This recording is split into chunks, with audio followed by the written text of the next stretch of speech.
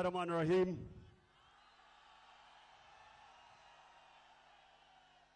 इय्याका नअबुदु व इय्याका नस्तईन। इसको बस। मेरे खुशाब के बाशऊर शहरियों, खास तौर पे मेरी बहनें जो आज यहां आई हैं, नौजवानों, सबसे पहले कि आप सबने मेरे साथ ये वादा करना है कि जो खुशाब में एक लोटा और एक लोटी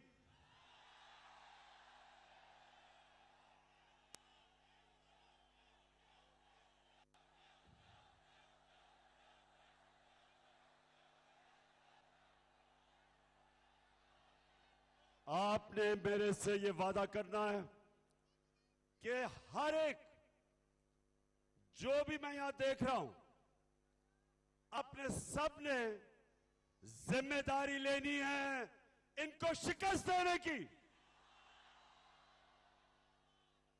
ये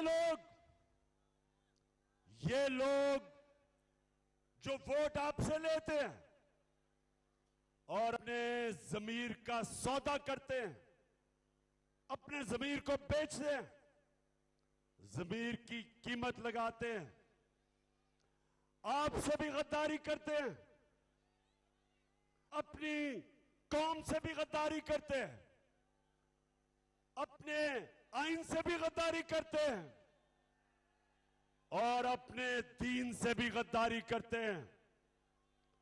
इसलिए आप सबने, जितने भी यहां नौजवान खड़े ऊपर, जो भी मेरी आवाज सुन रहे हैं, ये जो जंग है, ये इमरान खान की नहीं, ये आप सब की जंग है। ये सियासत नहीं, ये जहाद है। हमने जो साजिश हुई थी, अमेरिका ने यहां के जो मीर जाफर और मीर सादिक को साथ मिला के 22 करोड़ पाकिस्तानियों की मुंतखब की हुई हुकूमत, इन्होंने साजिश करके वो हुकूमत गिराई और इस मुल्क के बड़े बड़े डाकुओं को हमारे ऊपर पटा दिया। 22 करोड़ लोगों की तौहीन की, हमारी तौहीन की। अपने मुल्क में मैं मगरिब को बहुत बेहतर जानता हूं। मेरी बड़ी जिंदगी का हिस्सा किट की वजह से मगरबी मुमालिक में गुजरा। अपने मुल्क के अंदर एक जमानत के ऊपर, जमानत पे इंसान को वो चपरासी की भी नौकरी नहीं देते। हमारे मुल्क पे एक करप्ट तरीन, एक जूते पॉलिश वाले करने को हमारा सरबरा बना दिया। बताएं, क्या आप चेरी ब्लॉसम को अपना वजीर आजम मानते हैं? क्या हमजा कुकड़ी को अपना वजीर आला मानते हैं? और क्या आसिफ जरदारी बीमारी को आप उसको मानते हैं? और आप इसकी कीमत बड़ी महंगी हो गई है, डीजल को मानते हैं? कौम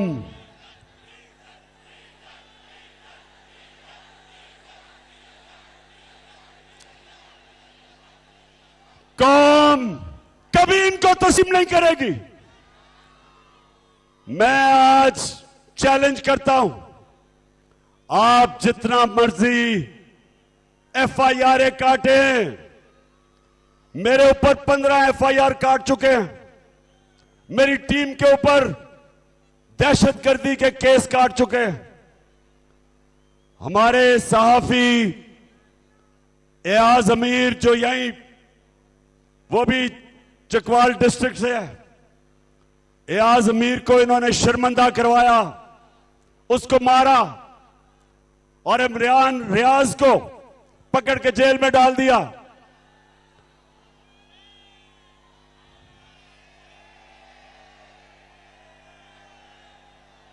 धमकियां दी जा रही हैं।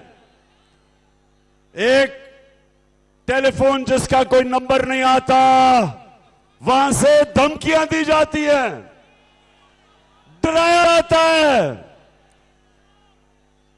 खौफ दिलवाया जाता है।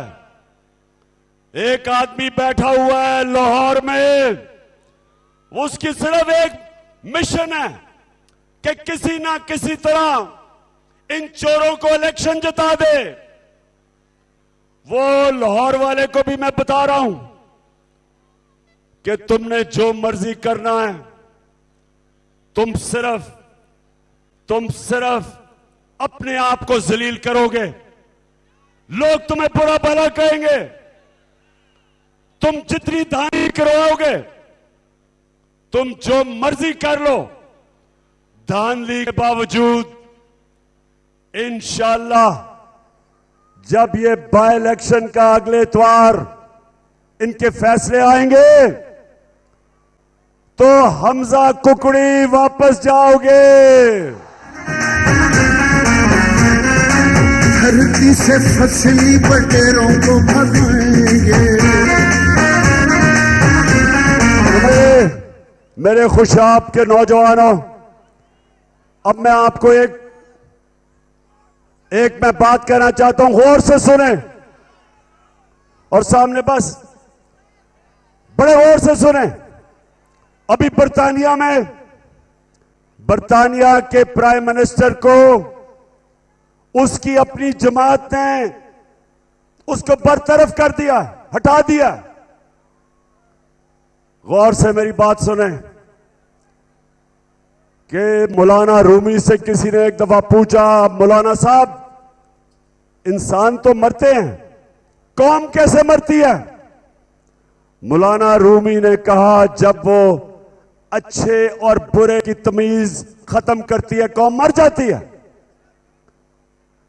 ये खुशाब के लोगों और नौजवानों में खास तौर पे आपके लिए कह रहा हूं, अल्लाह ने मुझे मौका दिया सारी दुनिया देखने का।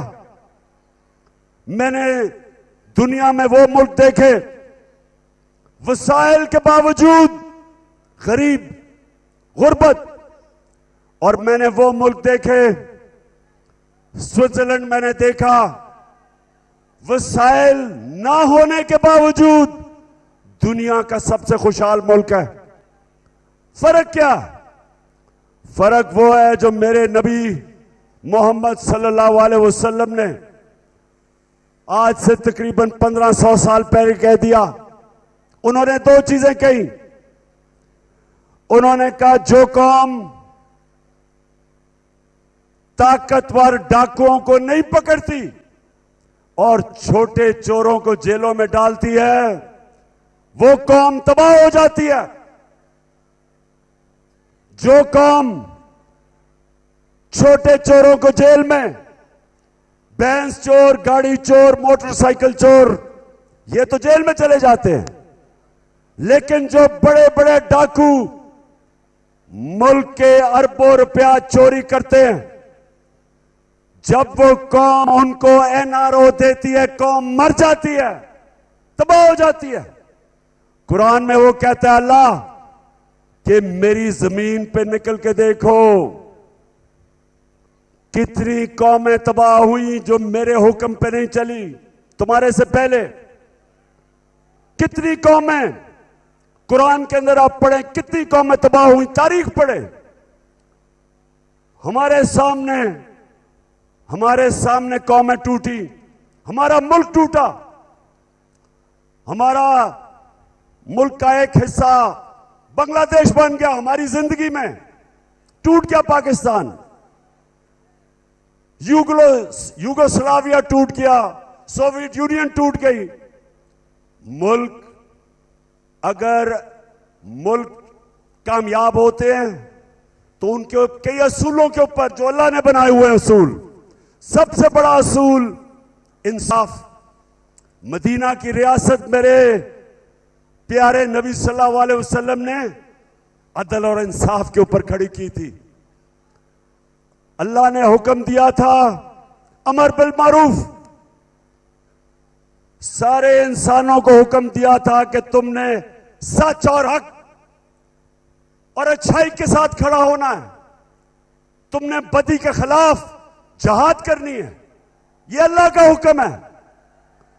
तो जब मेरे खुशाब के बाशऊर शहरियों, एक माशरा बड़े बड़े डाकुओं को मुल्क के ऊपर बैठा देता है, वो अपनी तबाही के रास्ते पर निकल जाता है। जब एक मुल्क शहबाज शरीफ जैसा करप्ट आदमी, नवाज शरीफ जैसा करप्ट भगोड़ा,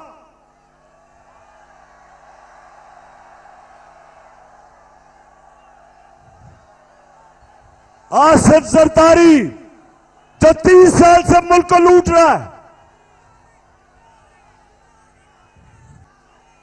और फजलुर रहमान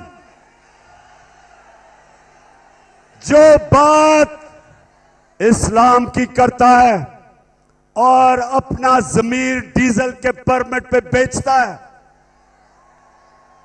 जब ये लोग एक मुल्क के ऊपर क़यादत में आ जाते हैं तो मेरे खुशाब के लोगों, मेरे बहनों, मेरे भाइयों, मेरे बच्चों, ये याद रखें, वो मुल्क की तबाही, मुल्क की बर्बादी, वो मुल्क फनाई तबाही की तरफ जाता है। इसलिए मैं जो आपके पास यहां आया हूं, सिर्फ आपको एक चीज बताने के लिए कि ये जो इलेक्शन है, ये बाय ज़िमनी इलेक्शन नहीं है। इसमें पाकिस्तान के मुस्तकबिल का फैसला होगा कि क्या हम इन चोरों के नीचे, क्या हम इन चोरों की क़यादत, क्या ये हमारा मुस्तकबिल है, या हम एक आजाद, खुद मुख्तार, एक हकीकी आजादी की जंग लड़के हम एक वो पाकिस्तान बनाएंगे जिस पाकिस्तान का नारा था, पाकिस्तान का मतलब क्या, और मेरा तेरा रिश्ता क्या। हाथ उठाकर मिलकर बोलो, हम सब वादा करते हैं।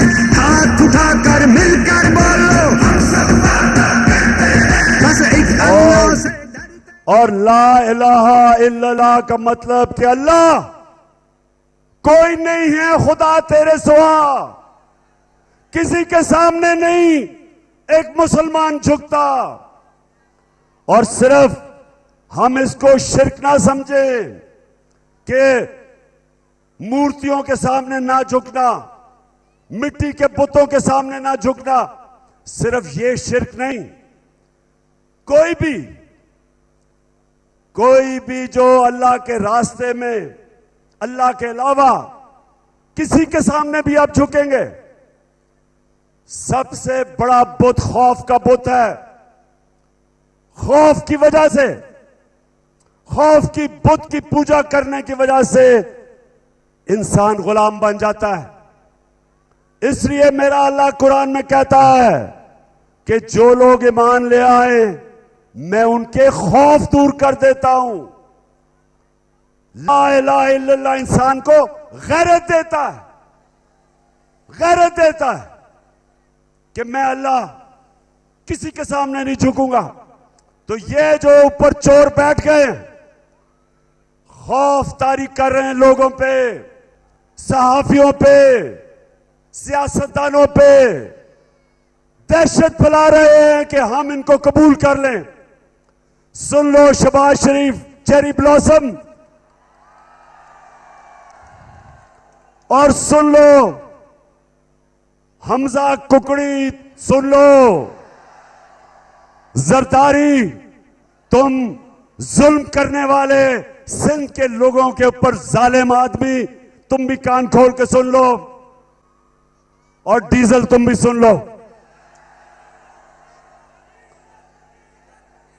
हम पाकिस्तान के लोग कभी तुम्हें तस्लीम नहीं करेंगे। ना मंजूर ये इम्पोर्टेड सरकार, ना मंजूर ना मंजूर। हम वो लोग हैं, हम वो लोग हैं, हम वो लोग हैं जो नबी सल्लल्लाहु अलैहि वसल्लम के नाम पे जान देने के लिए तैयार हैं।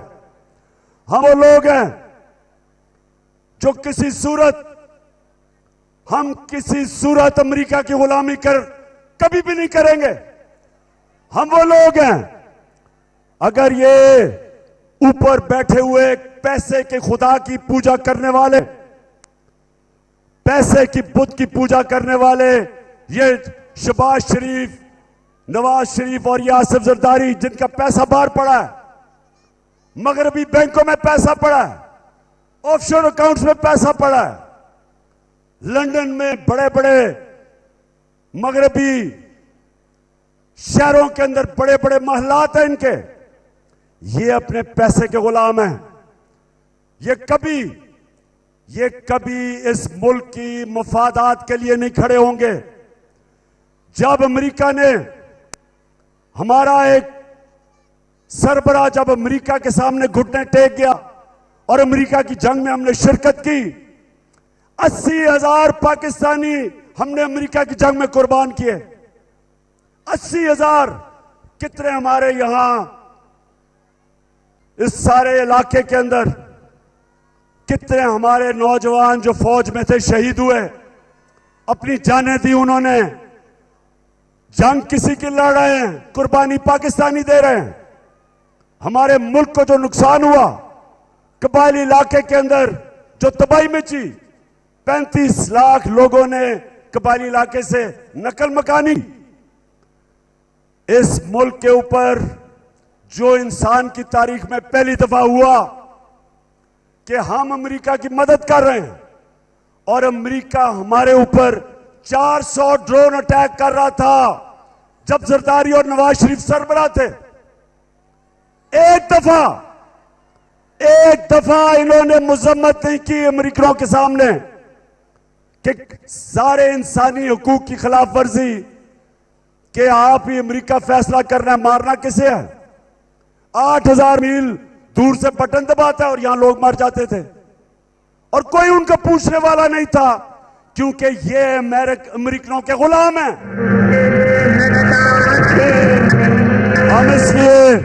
हम इसलिए मेरे खुशाब के बाशऊर शहरियों, ये समझ जाओ कि ये जो ऊपर अमेरिका ने हमारे मुल्क में साजिश करके मीर जाफर और मीर सादिकों के साथ मिलके, कभी साजिश बाहर से कामयाब नहीं होती जब तक मुल्क के अंदर मीर जाफर और मीर सादिक ना हो। जब अंग्रेजों ने मुसलमानों को हटा के हुक्मरानी की थी हिंदुस्तान पे, उससे पहले 600 साल मुसलमान हिंदुस्तान के हुक्मरान थे। तो जब अंग्रेजों ने मुसलमानों की हुक्मरानी खत्म की तो उन्होंने बंगाल से शुरू किया और बंगाल के अंदर वो कभी कामयाब ना होते अगर वहां एक गद्दार मीर जाफर अगर वो ना बैठता और अंग्रेजों के साथ ना मिलके सिराजुद्दौला को शिकस्त दिलवाता। और फिर टीपू सुल्तान दिलेरों की तरह, शेरों की तरह लड़ रहा था अपने लोगों की आजादी के लिए। और मीर सादिक गद्दार ने अंग्रेजों के साथ मिलकर टीपू सुल्तान को शिकस्त दिलवाई और उसकी शहादत हुई। गद्दारों ने इस मुल्क हिंदुस्तान को अंग्रेजों का गुलाम बनाया।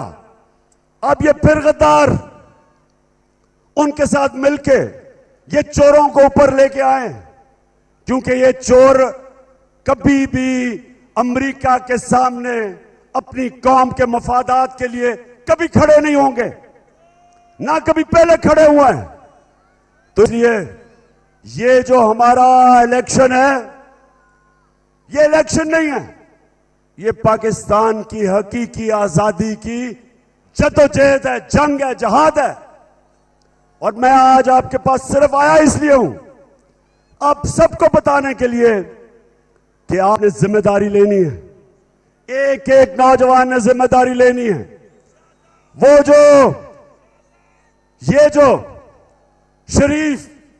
ये जो शरीफ ब्रादरान और इनके बेटे और बच्चे, इन्होंने जिंदगी में कभी कोई चीज ईमानदारी से नहीं की। बिजनेस है तो वो करप्शन है, इलेक्शन है तो उसमें धांधली है, अदालत तो वहां झूठ बोलते हैं, सारा टब्बर झूठ बोलता है। बेटी कहती है कि मेरी लंदन तो छोड़ो, पाकिस्तान में भी कोई प्रॉपर्टी नहीं है।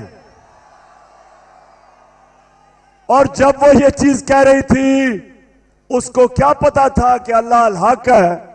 2 साल के बाद वो 2014 में ये कह रही थी, 2016 के अंदर एक बैनुल अक़वामी इंकशाफ होता है जिसको